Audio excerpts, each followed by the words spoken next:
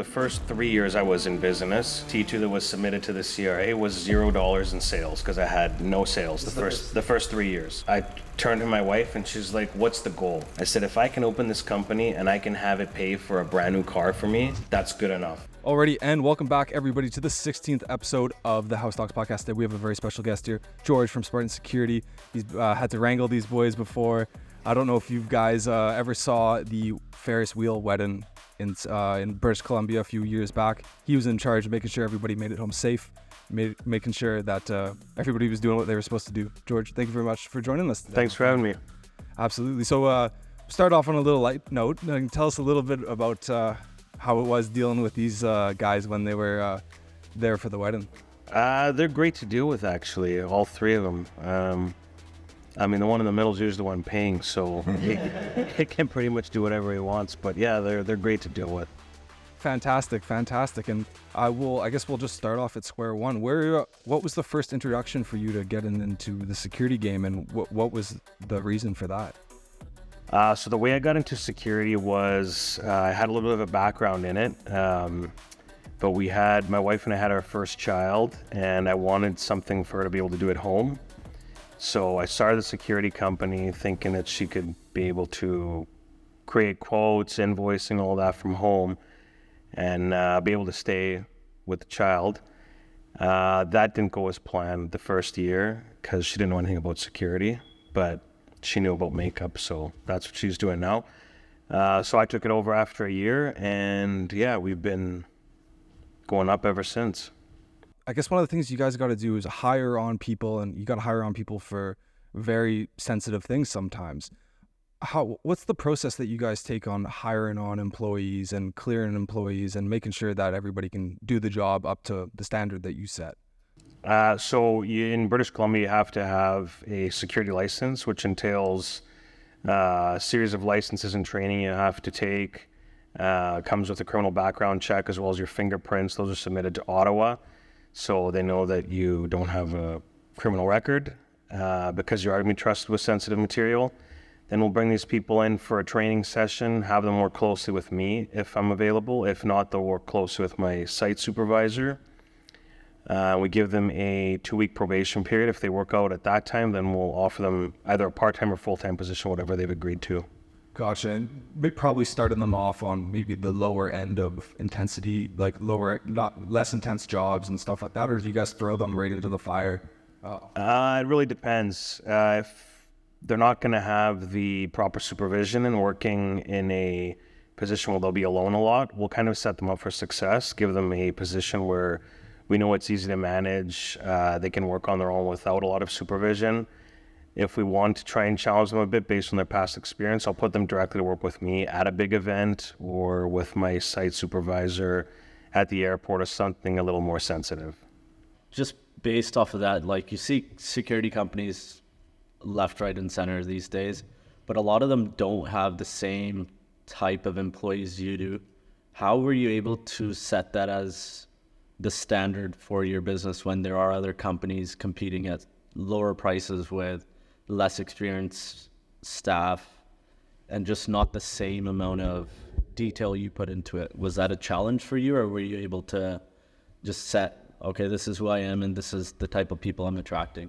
Yeah, with that comes with advertising. So we will put on our social media and on our website, we'll post photos from special events that we do with our most experienced guards to create that image out there that we aren't the average security company hiring basically everybody who has a security license. We are pretty selective with our security guards.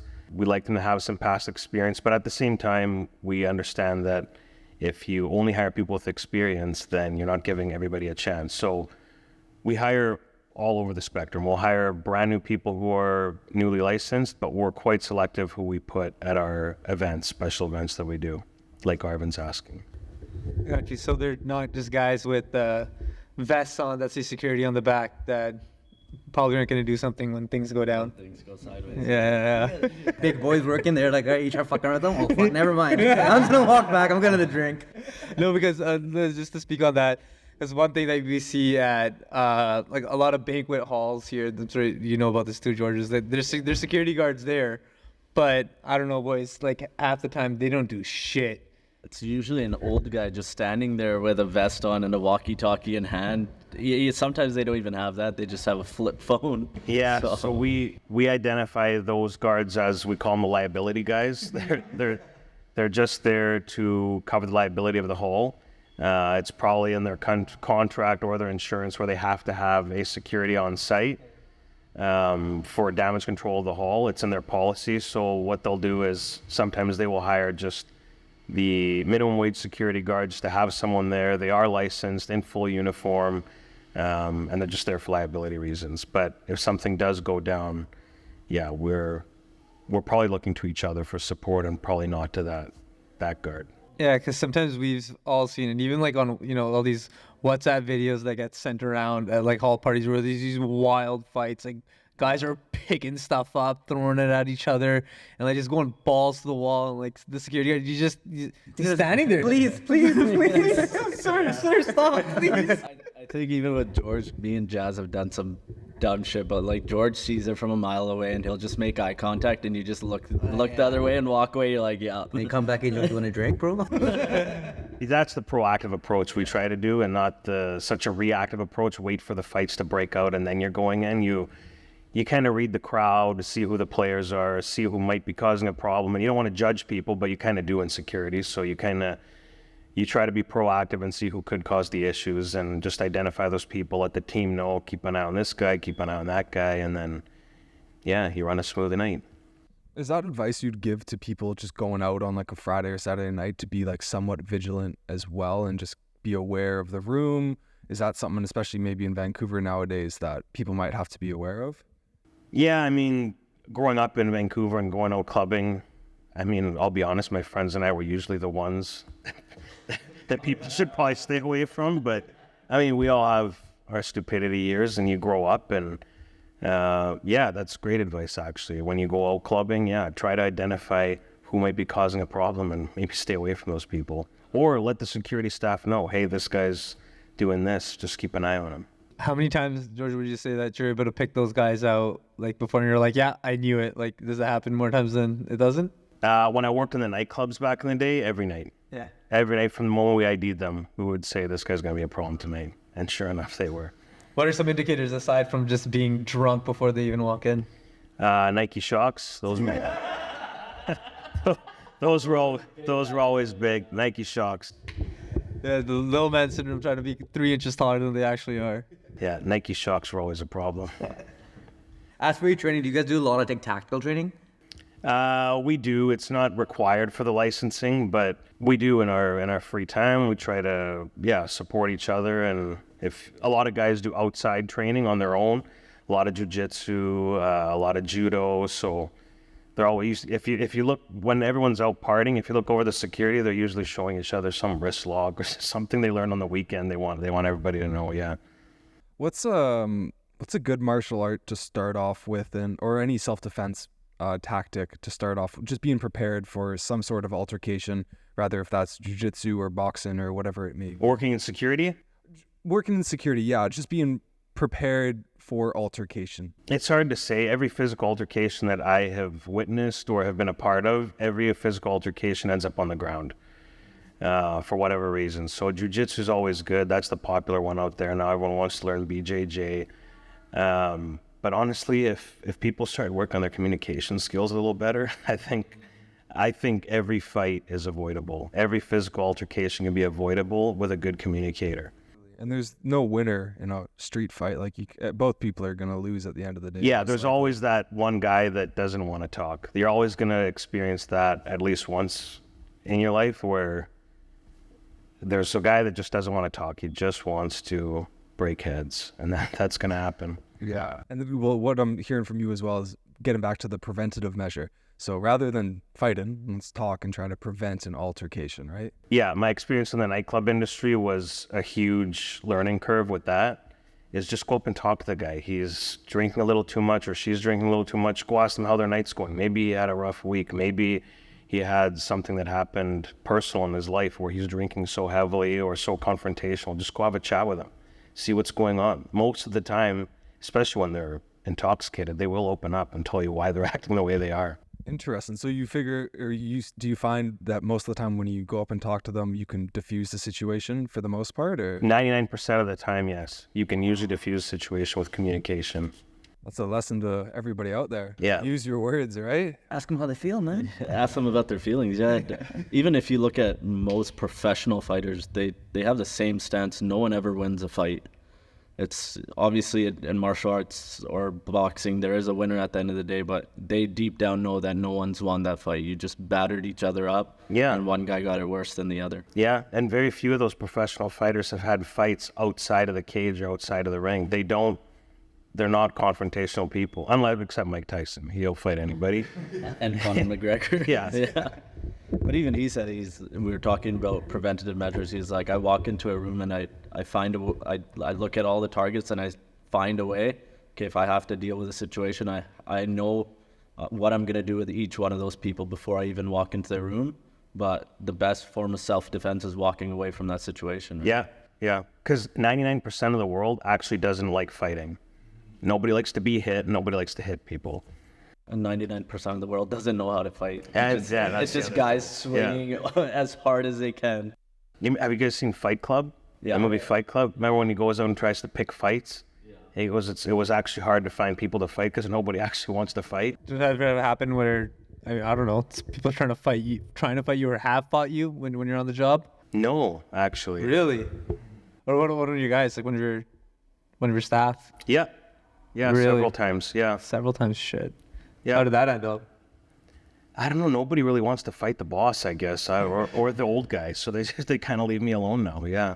Yeah, what's the rules and engagement for security guards? Let's say you're at a nightclub and somebody's just lipping off. They haven't made any contact yet. Is it no hands-on until contact's made, or what's kind of the rules of engagement there? A lot of it's on your perception. I mean, what are they saying? Is it just insults? Well, there's not much you can do with just being insulted. If you're getting into security in a nightclub and you're not willing to be insulted by someone, then don't apply to that job.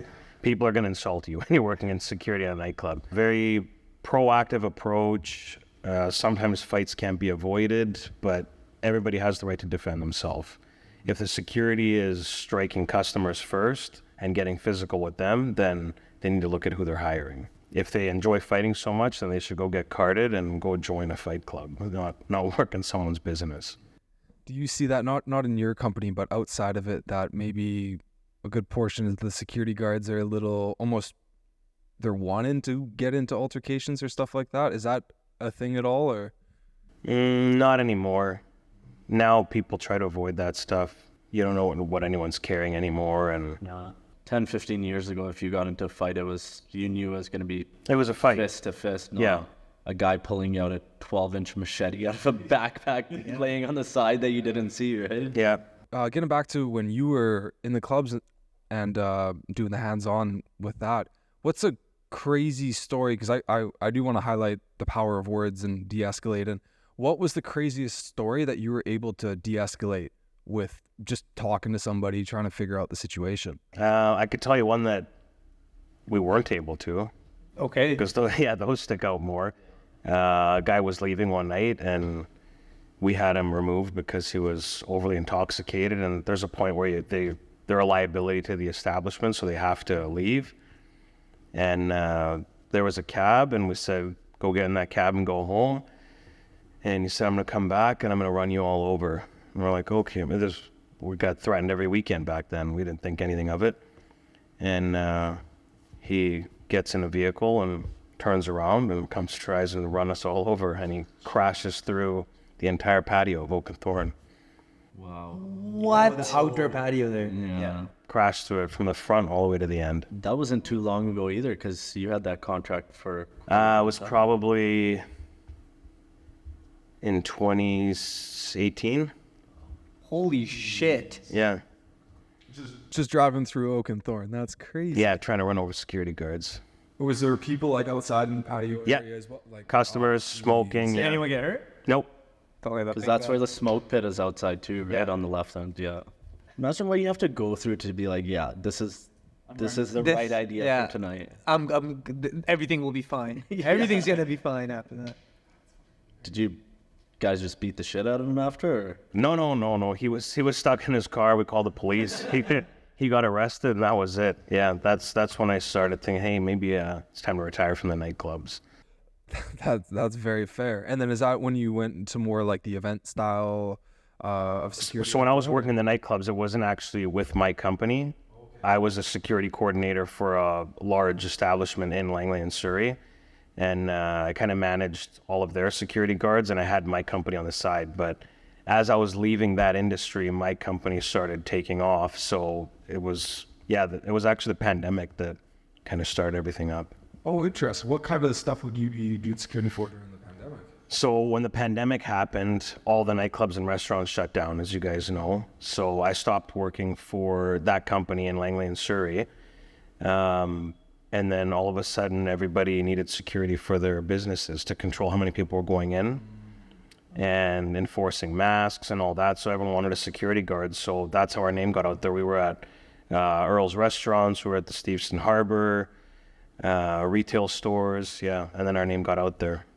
Interesting. Being able to pivot. That's a big crucial thing in business. Yeah. Another big thing was rental car companies, because travel shut down. Now they needed somewhere to park all these rental cars.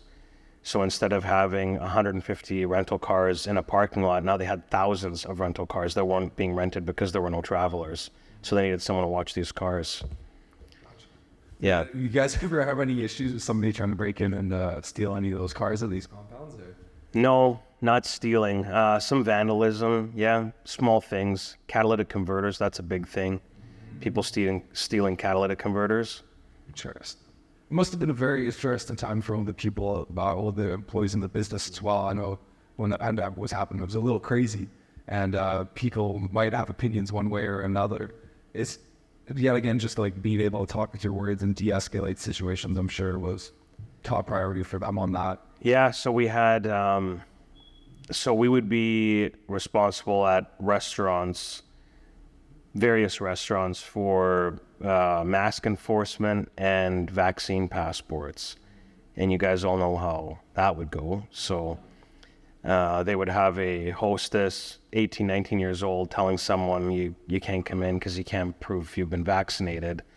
And they're getting screamed at by a group of guys like us because they're not vaccinated. So that's when security came in. Going backwards, why security? I know you said just because stay-at-home job, but was there something else that like provoked you to go into security more? To go into security? I was working in the clubs since 2010, back when Vanilla Room was still open. Okay. We don't even know what that is. That's how long ago that was. You know Jimmy Licks? Yeah. So the old Jimmy Licks was Vanilla Room, and I started working there, and then we shut it down, then reopened it as Jimmy Licks, and then I actually started out with the intention of getting into clubs because I knew there was money to be made, and I knew about the security industry, so I said, why not? Why am I sitting here working for someone else when I should be doing this on my own? And then same time we had a kid, and then thought it was something for the wife to do at home, but that didn't work out. You ever thought about like, law enforcement or becoming a cop or anything? Becoming a cop? I actually applied to become a police officer in 2012 to Delta PD and Abbotsford PD. Did it end up happening? Do all of them a cop? I don't know, maybe you was like, fuck this, I got this, man. Nah, George, you're way cooler. No, I'm just kidding. I'm just kidding. They're lost. Back then, hiring was pretty infrequent with the smaller law enforcement agencies, and they would hire one or two a year, and I wasn't the one they wanted. No, I think everybody's a cop. Yeah, which was the best thing that ever happened to me, because I would not have I'm not allowed to open a security company as a police officer. Yeah, there's a conflict there. So even your company, you said you took off during COVID, and there's a lot through word of mouth, eh? Like as far as you scaled your business, like now I'm assuming you're a lot busier than you used to be. Yeah. But a lot of your marketing, I guess, was through word of mouth. Because honestly, I don't really see a lot of security companies online and stuff market, right? Maybe like I've seen like one TikTok of somewhere out in Ontario, like there's these guys that the security guard for this guy that like gives out cash Like, Yeah, I saw that one. yeah. That's like and they're big dudes with like ski masks on. Honestly, like I wouldn't fuck with them regardless if they're security or they weren't. But that's the only marketing I've ever seen for security companies. You look at some of George's guys and you're like, yeah, all right. No, I mean, yeah. I'm down here. I'm good. Units. I know some of George's guys, they see us, me and Jazz are walking outside. They just look at us, we look at them. They just laugh. They just laugh and they're like, you know we can't let you guys go outside, right? And we just go, yeah, all right. we tried our luck. We know George, bro. Yeah, we've said that a few times and they go, we know George too. He's not going to let you go outside. Oh, that. Oh no, George has some good guys that he's brought on, so Yeah, thank you. it's nice to see. But But yeah, the marketing. Do you market your business a whole lot, or? I mean, word of mouth is the best advertising. You can put whatever you want on your website. You can put whatever you want on your social media. People tend to trust someone they know over anything they read online. So if someone's, the way it's come with the Indian community, for example, is they see us at someone's wedding where they're a guest, and then they have a wedding coming up in 6 months. You know, we'd like the security at our wedding too. Here's a card, and then it goes from there. Because they're seeing it in front of them. It's not on a website. It's not on social media. They're seeing it in front of them. This is how they operate. We're witnessing it ourselves. This is the type of security we want at our wedding, at our event. So it comes from there as well. You find the clients themselves tend to be a little bit better to work with when they're referrals and word of mouth versus somebody calls your number from the website or whatever it may be? No, it's hard to say. We've gotten clients from everywhere. We've gotten clients from the website. We've gotten clients from our social media. I know this because that's the platforms they've messaged us on. And yeah, everyone's great. What makes your security company different than, I don't know, any other one out there? Well, because we're the best.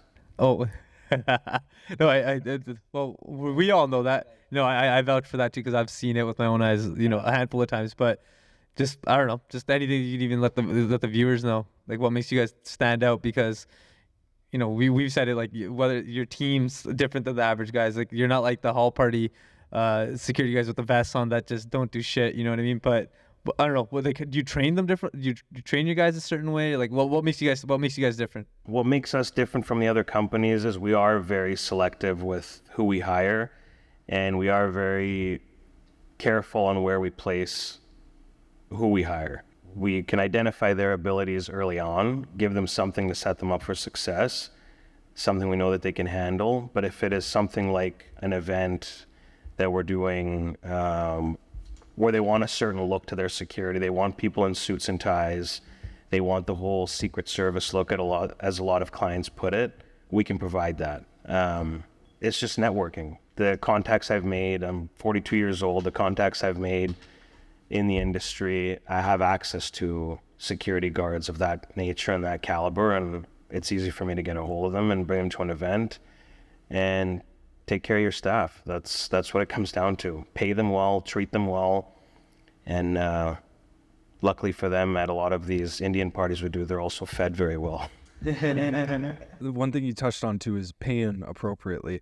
I know a lot of business owners might not want to pay that extra $2, $3, $5 more for an employee and have a higher turnover rate, but having that retention of good employees, paying them maybe a little bit more than the competitors and making sure that they're happy and content with their jobs, and they probably perform better on that side of things as well. Yes, if they're paid respectfully within a respective wage, they do perform better because they want to earn that money. Minimum wage doesn't exist in our company.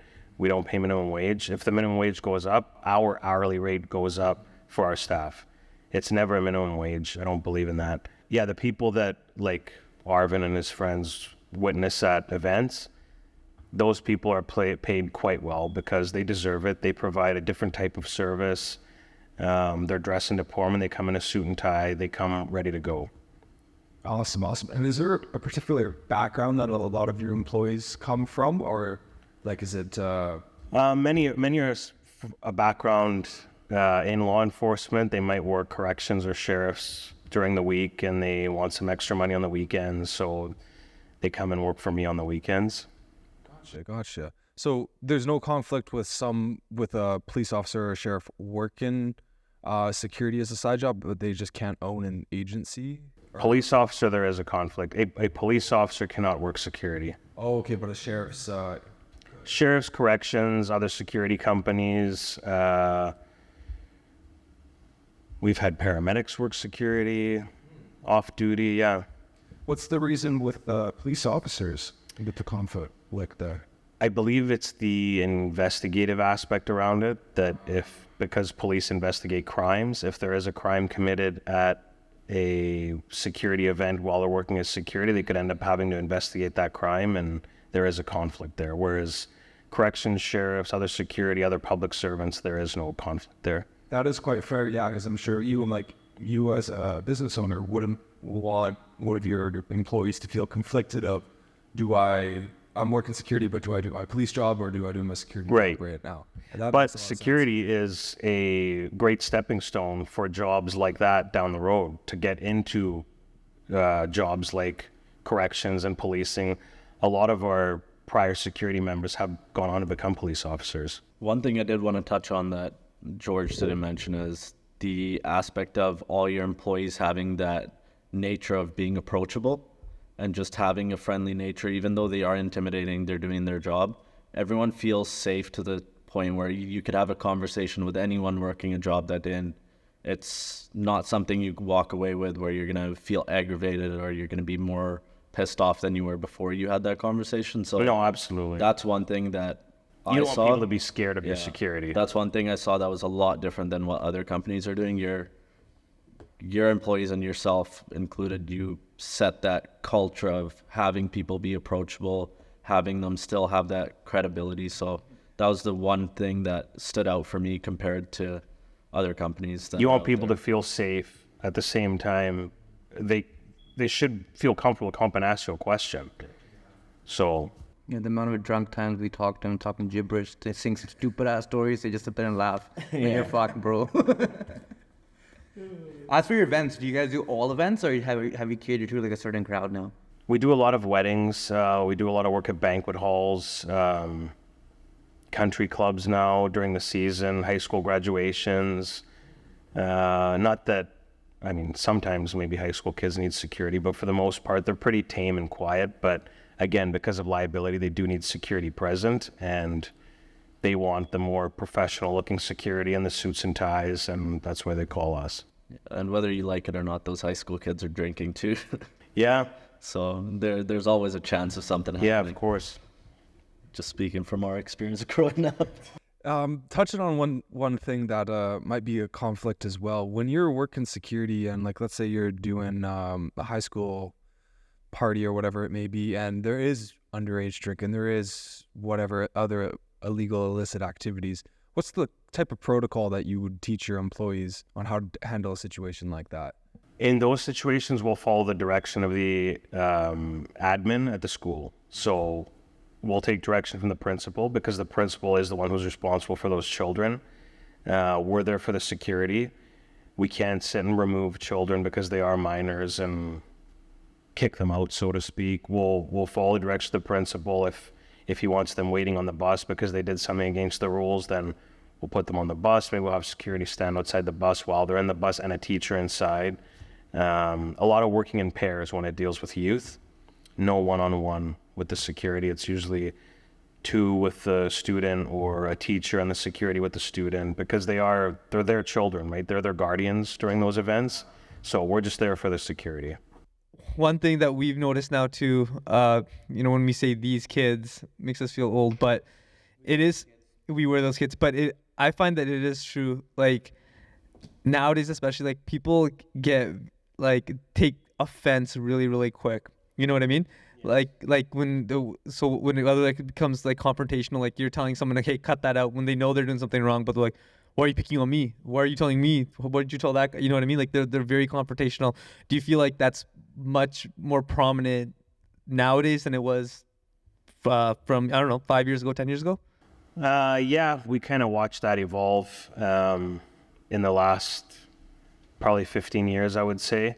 Removing someone from a nightclub was very different back in 2011, 2012, 2013, as opposed to 2018, 2019. I don't know, the world kind of shifted where how can I put this respectfully? Because Being a bunch of pussies.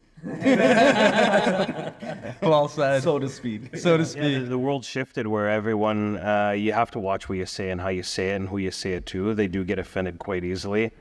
And yeah, it's a very inclusive mentality where, oh, you're kicking him out. What about the other guy? If there was, where you could clearly see who the aggressor was and you remove the aggressor, but they want the other person removed too. Back then, a great way to deal with that was just lying. You just lie to them. Yeah, I will get to him. As soon as you leave the property, he or she will be next, and then you just go back to work. Yeah, because I feel like now people will pull any type of card, whether it's the race card. Yeah, whether- that's always been a Yeah. Oh, you're racist. It's like, no, I'm not. He was just being an idiot. This doesn't matter if you're black, white, brown, whatever. Like, if you're an idiot, you're an idiot. You get the hell out of here. But We had a friend in Vegas do that once. We got kicked out of an establishment, and the bouncer was African American.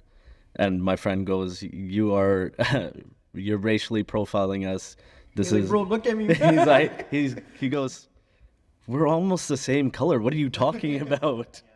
that's what I mean. I feel like, well, obviously instances do happen where, there are, there is racism. That's the reason why it happened. But I mean, nowadays, like, if someone isn't getting their way, they'll be quick to like point a finger, like, you're doing this because I'm a girl or I'm a guy, or I don't know. Why do you think that is? I'd like to see your view on it, because you see it from people from my experience when they go that route. Yeah. You're being racist, you're profiling me, it's because I'm a female, or it's because I'm a male, or why you're letting them in, it's because they're girls or because they're guys. It's usually because the person knows they're wrong. Yeah, it's usually because they know they're wrong.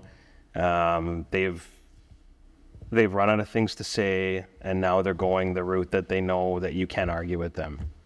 Like, when you first started compared to now, like, of course you've probably seen some crazy events, like the Ferris wheel, which is fucking sick. But I That was like, actually a lot of fun. Like, That- you think people put in more money into their events, like the security, just as much as they are their event too? Like, you know what I mean? It's like they're not cheaping out on the security because they're putting more money into, I don't know, their catering or their decor or whatever the hell. No, and that's where I have to be careful with pricing, is because security is a straight up expense. You don't get anything out of security other than security. You don't get any food, you don't get any entertainment, you don't get any show, you don't get anything other than a bunch of dudes watching over you. So it's a cost to the client. They want to spend that money, but they want very good security for their event. But you also have to keep in mind that it is a cost. They aren't getting anything out of it other than just the service. So you got to be careful how you price it, be reasonable. They might pay a little bit extra because they are getting top quality, but also be reasonable with your pricing. Have you noticed recently, I know a lot of hall owners have been complaining about people coming into parties who aren't invited. Have you noticed that people have started to become aware of that, and they have sort of gone the route of, okay, security is a good idea, so maybe spend that extra? Yeah, actually in the last probably 3 to 4 years, especially since the pandemic, clients do specifically mention that. Because I'll say, okay, your wedding is only 250 people, but you're asking for 6 security guards for 250. We usually like to do a 1:75 ratio, especially at a wedding where everybody knows each other. There most likely won't be an incident. We'll prepare for the potential of one happening, but there usually isn't. And they'll say, we just want to make sure that uninvited people don't come, which, I mean, I would never go to someone's wedding if I wasn't invited. I'm not just going to walk in and start eating their food and drinking their drinks. Wedding crashers. Talking to their guests. Like but the neighbor who jumped the fence during, yeah. Wait, what? So during my sister's wedding, I think it was a reception night, right? yeah, man, I was think- wearing brand new shoes that night. I was up to my knees in mud. 'Cause the house was Yeah. under construction. Yeah, the yard wasn't done. It was just mud everywhere. And I think one of the security guys at the front said someone jumped the fences and came into the property. So me and Jazz I think we were next to each other. Jazz ran one direction, I ran the other. And we're like George is 10 out running of 10 this drunk way. right now. We're all drunk. George, hire me. I'm hired. we're all swearing like, who the fuck is it? Come out, come out. I turned the corner and I think it was me and Jazz or me and my cousin. I go, fuck you. And he goes, Arvin? I was like, yeah. He's like, it's me. Why are we yelling at each other? We're all like, my ankles were like filled with mud. My shoes were all gone. I see George running. George's pants are stained with dirt. And then it ended up being the neighbor. He just thought it was a fun party, so he wanted to drink and have some food. And then we gave him like 4 tubs of food, some booze, and he just hopped back over. Had his own party next door. Well, I guess that depends on everyone. I guess it depends. Everyone probably values their safety at a, everyone's different in that regard. You know what I mean? Like maybe. Well, it was a high profile event. Yeah. Considering who was getting married that weekend, we saw code red. When we heard someone jump the fence, we didn't know what it was. Is someone here to hurt the guests? Is someone here to come after the groom? We had some drama the night before. So yeah, we just went into kill mode. And all the security started running around the yard trying to find this guy. So. Are you guys able to carry firearms as security guards? No. I asked that question yesterday. Are you allowed carrying anything? Like, It depends what you're trained in. So there's a BST, which is basic security training, where you carry no tools. And then there's advanced security training, where you can carry handcuffs and you're trained to place people in handcuffs, and that's it. okay, so nothing more than handcuffs. Yeah, you can get a license for alarms as well, dogs. You can use dogs for security. Yeah, but firearms right now, especially with the new laws, I believe are prohibited for security. Are the laws getting more strict, or?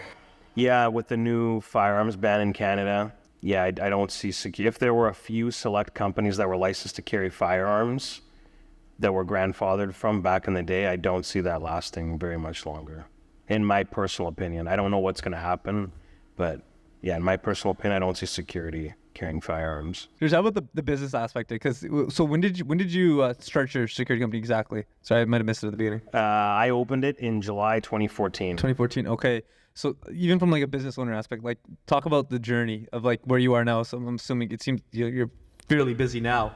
But Yeah. like how you first started, like what's the whole journey kind of been like? Because it's almost been holy shit. Wait, it's been 10 years. 10 years this July. Damn, congrats, yeah. man. That's thank wicked. you.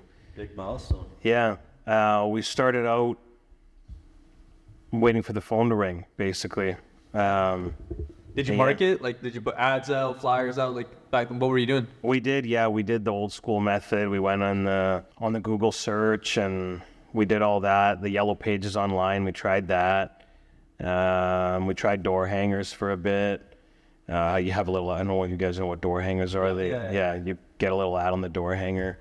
We tried that. And yeah, just a lot of pushing. You meet someone new at a party, give them a card, tell them what you're doing, and then hopefully they call. And one day someone did. And our very first security event ever was they brought a Indian singer from California. His name's Mickey Singh. Okay. Sick. And yeah, I got the security contract for that. I didn't know how serious it was when I first got it. I thought it was just, okay, someone's coming to sing and they want some security. And then after I saw how famous he actually was, and especially in the States, and yeah, I fell in love with it. I said, this is cool. I want to do more of these. And yeah, again, a couple people liked what they saw, asked me about it. Where's your boss? Is he here? And then chatting with them, and then the next one. That's how Word it of goes. mouth was the main thing for you Yeah. afterwards. I guess that makes a lot of sense. That's how I met George too, through Jazz's brother. Yeah. I think we were looking for my parents' anniversary at that time. I think it was their 25th, I want to say, about 8 years ago, yeah. And I messaged Mudley, and he's a cop. I was like, you know anyone in the business? And he was like, I got a guy. He trained me when I was in sheriff, so give him a call and see where it goes. Met George, I Yeah. think, at your house, just where the TD is. Yeah. I met you Yeah, there, yeah. and then that was the start of it. But it was just such a word of mouth business where you can advertise as much as you want, but I'm not trusting someone's word when it comes to security. It's always got to be 100%. you have that face to face. Well, the trust is there, right? Yeah. When you're especially giving some word of mouth, like, oh, it's like it's legit like a trust me, bro situation. Literally, yeah. Right? It's like, trust me, like this guy did well for me, and it's in the security, it's your safety, it's your event, right? So there's a lot, you're banking a lot on that certain event or whatever it is to go down well. So once the word of mouth, if it's, the word of mouth being the number one form of advertising, it's the trust is already built up, and you're just kind of passing that trust along to the next guy and the next guy and the next guy, right? And then once you have, like 100 clients you've served, then it's just like, it kind of just speaks for itself. Yeah, it just goes from there. But what was it like your first year? Like speak on the journey a little bit. Like, as you know, as we are a business podcast, we talk about like other people's journey as a business. Like, what was it like for the first 5 years compared to like the last 5 years? You know what I mean? Was Like, there ever a point you said like I'm just gonna go back? yeah, to like, was it tough at the beginning? Did it start coming quick, or what's the entrepreneurial journey kind of been like for you? Yeah, you know what? Before the pandemic, we probably had 2 return clients who were like regular clients, monthly clients that we would provide security for. But there was a point in probably 2019 that I thought, it's just like, it's doing okay. It's surviving. It's making its money, but the real money is just not there. Like, it's not a super profitable business. I don't know if security is the right business I should be in. And then the pandemic happened, and all of a sudden the whole world needed security. And then I think because of the service we provided, and people saw what it meant during the pandemic to have security, the pandemic obviously came to an end, and clients said, you know what, we'll keep the security. We like this. This is way easier on us. This is cost effective for potential losses that we could suffer on cars, on our stores. So yeah. Did you change anything there? Like, or you provided the same? Of course, like, I guess that seemed like a volume issue to me. Like, you weren't doing enough volume for it to be kind of worth it at the beginning, like you were saying. So once the volume, but the service, what would you say, it stayed the same, or it of course evolved year by year?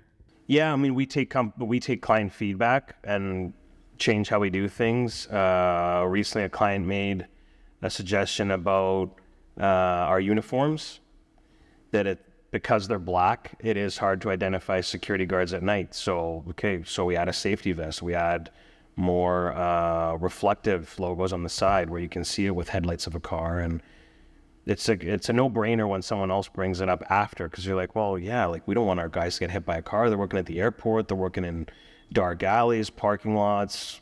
What goes into parking lots? Vehicles. Will they get hit by a car? Why didn't we think of this? So we take that feedback and then apply it, and it works out great in the end. If you were to start a security company today, let's say Spartan Security didn't exist, would you still focus on the word of mouth business model for getting sales? Do you think that's the most effective way to get clients, or just good clientele coming through the door? Yeah, that's always been your best. I remember watching infomercials as a kid, and I never understood it. Watching as a kid, I would sit down with my brother and I would watch this infomercial. It was on every Sunday, and it was about a food dehydrator. And the guy that was selling it said, I will knock off $25 if you promise to tell a friend about it. And me and my brother would sit there and be like, what's this guy talking about? Like, what does it matter if I tell a friend about it? And then word of mouth advertising, as you get older, you start to understand it better. Because yeah, that food dehydrator, he can advertise as much as he wants. But if I tell Arvind, hey, this food dehydrator is really great, he's more inclined to buy it rather than just watching the commercial himself. So word of mouth advertising, in my opinion, will always trump social media, guerrilla marketing, all that stuff. The best is word of mouth. You will trust someone that you know over anything else. Second is seeing the product for yourself. Yeah, it's a lot different than selling a product too, as opposed to like providing a service. Like it can go so many different ways. Like, you could provide the exact same service to all of us, and we may have a different view on it completely. You know what I mean? Like what we rated, what we liked, what we didn't like, because it's so so what I'm looking for here. Solar eclipse today, boys. The brain isn't firing. I know what you're trying to say. Security is all it is a cost. Yeah. You don't get any product. You can't see it, touch it, feel it, eat it, drink it, nothing. You pay for it, and it's there. It's a preventative measure for companies. Our slogan used to be this tagline: security is not anyone's problem, but it's our business. It's our business. So That's sick. yeah, we make it you don't need security until you know you need security, until you have a break-in, until you have a fight, until then it's like insurance. So just because there wasn't a fight at your event or your rental cars didn't get broken into, it doesn't mean you waste the money on security. You get car insurance, you don't go and crash your car just because you have it. It means that security did their job. Yeah, because they might have prevented somebody from breaking in. They might have walked by and been like, okay, there's security guards there. We're not going to try to break into this car compound or try to cause a ruckus. It is very preventative. Signs can only do so much. Lighting, cameras. I mean, everybody has cameras now. How many people are getting arrested for stealing catalytic converters? They go there and see a security guard, they're going to think twice about going in there. They could end up getting, you can perform an arrest and call the police if you're present while crime is being committed. So, As for your business, do you do mostly in the Lower Mainland, or have you traveled outside BC or the interior anywhere? we've had a couple proposals from people to kind of expand into the interior and Kelowna and stuff, but never came to fruition. I didn't really pursue it that much. We're busy enough down here. I'd like to eventually. Other areas of BC, but it's got to be for me. It's got to be a place that's easy to get to. I want to be somewhere where I can go if needed within a few hours if it needs my attention. So How many employees are there? right now we have 14 full-time employees and 5 part-time employees. Yeah, 19 staff. Has it been hard to manage that many people, or It was for myself until last year. I really wanted to take my family to Europe for a month and a half, and I did. So I appointed one of my most trusted staff members as the security operations manager. And I came back from Greece, and he actually did a better job than I do. So he's in charge of everything right now. I just sign checks and make invoices, and that's it. And he's my right hand and half of my left. He's awesome. you went through a pretty big transition then, so you're on to the next part of being a business owner now. Yeah, I'm very hands-off now. I will work the events because I enjoy them, and I like to get to see people that I know and hang out, and those I'm a little bit, I keep those kind of close to myself because I want to make sure that we provide the service that you guys have witnessed yourselves. Yeah. And you can't miss out on me saying I love you on stage. Yeah, that's right. Yeah, but those ones I feel I got to be there because I try to be a nice boss, and as nice as you are, you still got to crack the whip sometimes. And if I'm there and if I'm not there, it's not totally different, but you will get a little bit of a different product. So do you still manage all your bookings yourself and then you hand it off to your team, or just your... Yes, yeah. Everyone who wants to book an event goes through me. You came from an immigrant family. It's not always easy. Were your parents in business, or were they working jobs, or how did you get that thought in your head that you wanted to get into business and just get to the next point? Did you have someone that you looked at and you said, I want to do that too someday? Or yeah, I looked up to my dad a lot when I was a kid. He owned restaurants, and I was fortunate enough for him, similar to you growing up, my dad would take me to work with him so that I could witness what it was like working for yourself, but that I wouldn't be a stranger to hard work, because as you know, the hardest working in the room is usually the person who owns the business. And I learned that from a pretty young age. He started out as an electrician working on elevators, then he saw that there was more money in the restaurant business and he got into restaurants. At one point he owned 7 restaurants, local from Chilliwack all the way to Vancouver. What were they called? He was part of the startup of Dino's Restaurant. You guys might not remember. It was big in the 80s. He owned those places. He owned 3 of them. Part of 2 of them and one on his own.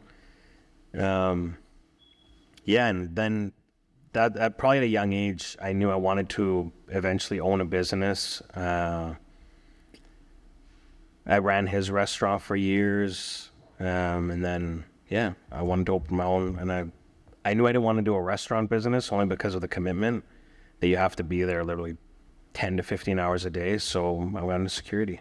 Could you walk us through like a day in the life of an employee of yours? Like, let's say it's a Friday night, they have a gig from, I don't know, 6 to midnight or something like that, what would a typical day or night look for one of your employees there? So majority of our security is at night. A lot of our shifts are 10 p.m. or 11 p.m. until 6 a.m. or 7 a.m.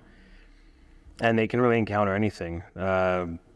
My staff usually gets to work 15 to 20 minutes before. If there is someone on site that is already working there, not another security, but someone from the retail store or whatever, they usually want to touch base with that person, see what the day's been like, and then start their shift. They'll start with their full patrol of the building.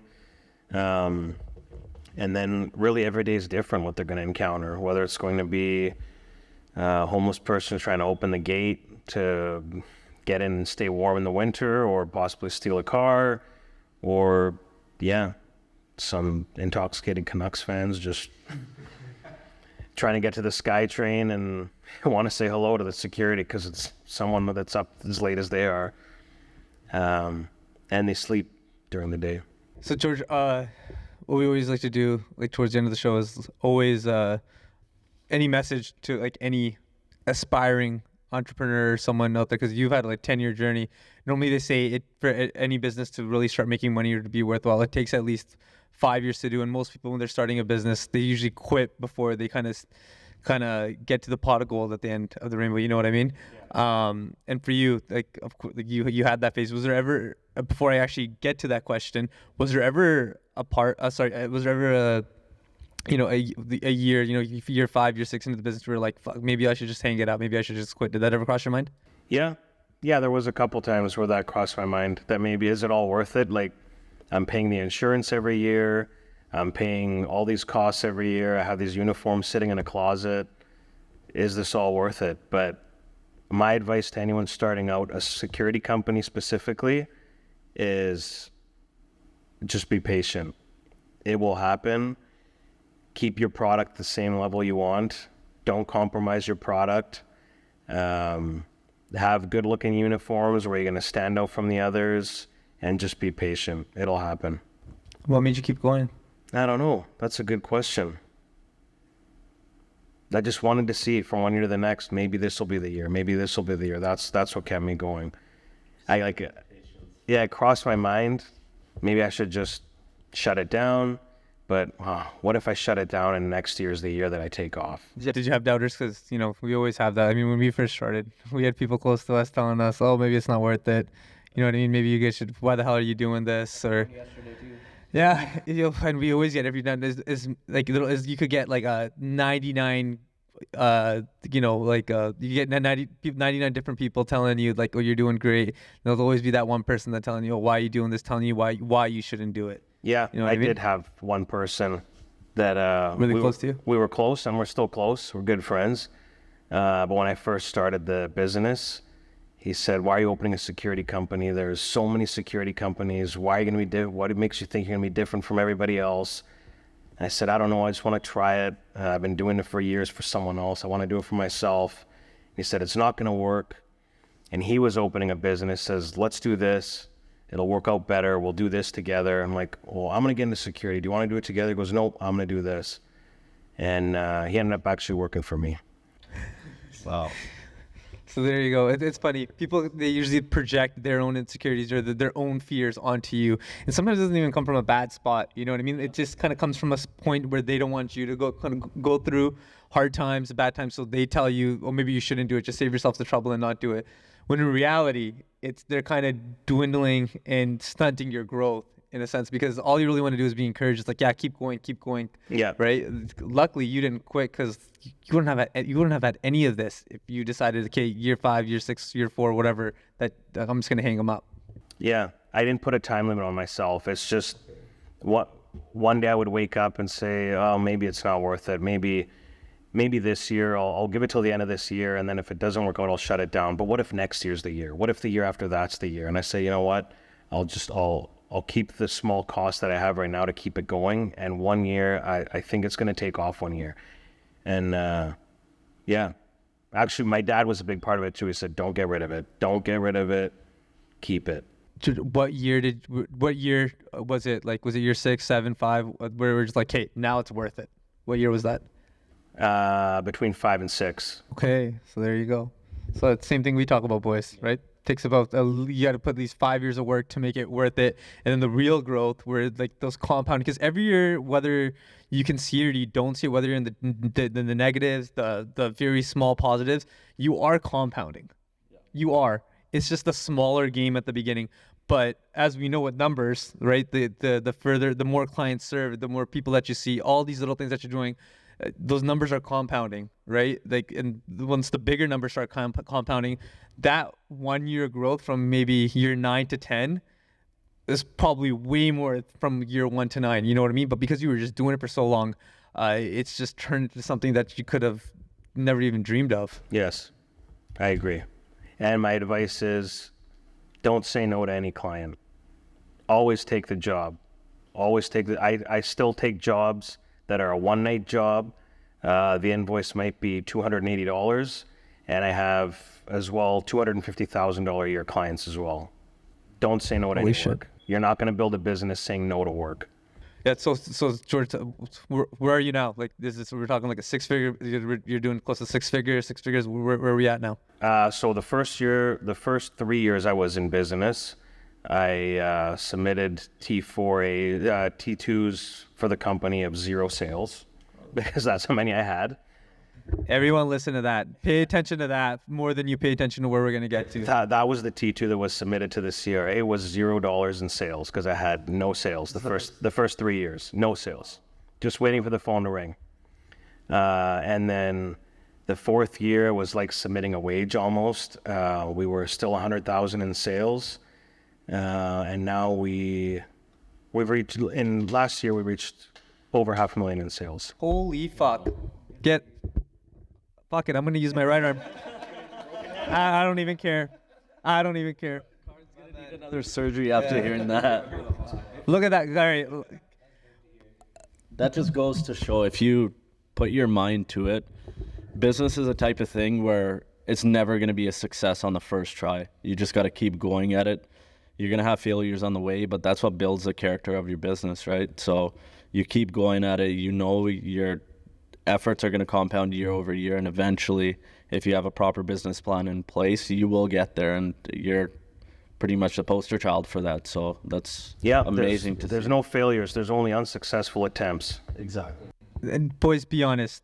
If we were doing supplements and we did $0 the first years, would we still have it? I'm gonna say probably not. To be completely honest, Connor, would you start a business? No, be honest. That would be a tough one. Fuck no. Are you kidding me? It takes balls to do that. That does take balls to do that.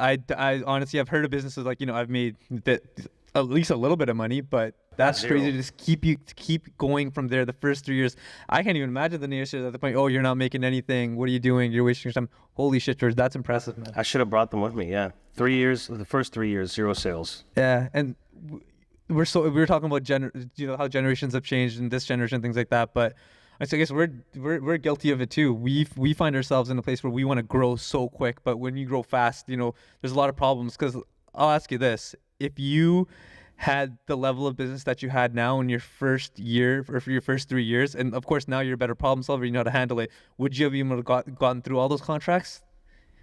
To your standard. Yeah, exactly. I don't know. It would have been difficult to manage, but I don't think I would have appreciated the journey as much as I do now. And is your company now, like, was this what you were dreaming of when you first started? Or is it still When I first opened it, Yeah. I turned to my wife and she's like, what's the goal? What do you want to do with this company? I said, if I can open this company and I can have it pay for a brand new car for me, that's good enough. If I can walk into a dealership and buy a brand new car and have the company cover that cost, I'll be happy.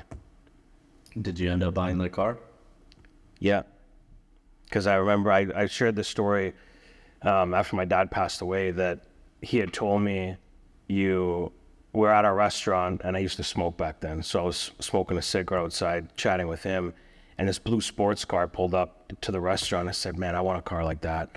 And he said, you don't get the car first. First, you buy the house.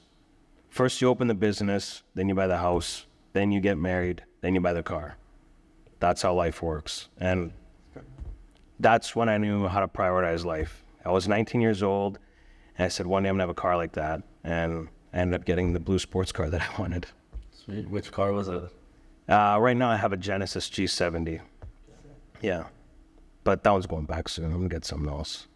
I feel like with George, you just got to kind of pull it out of him. You know what I mean? You gotta ask the right question, then he'll start telling you. Because I don't think he seems like a guy that likes to talk about himself a whole lot. Yeah, and I enjoy talking about my staff. Really. Yeah, I can tell. I can tell, man.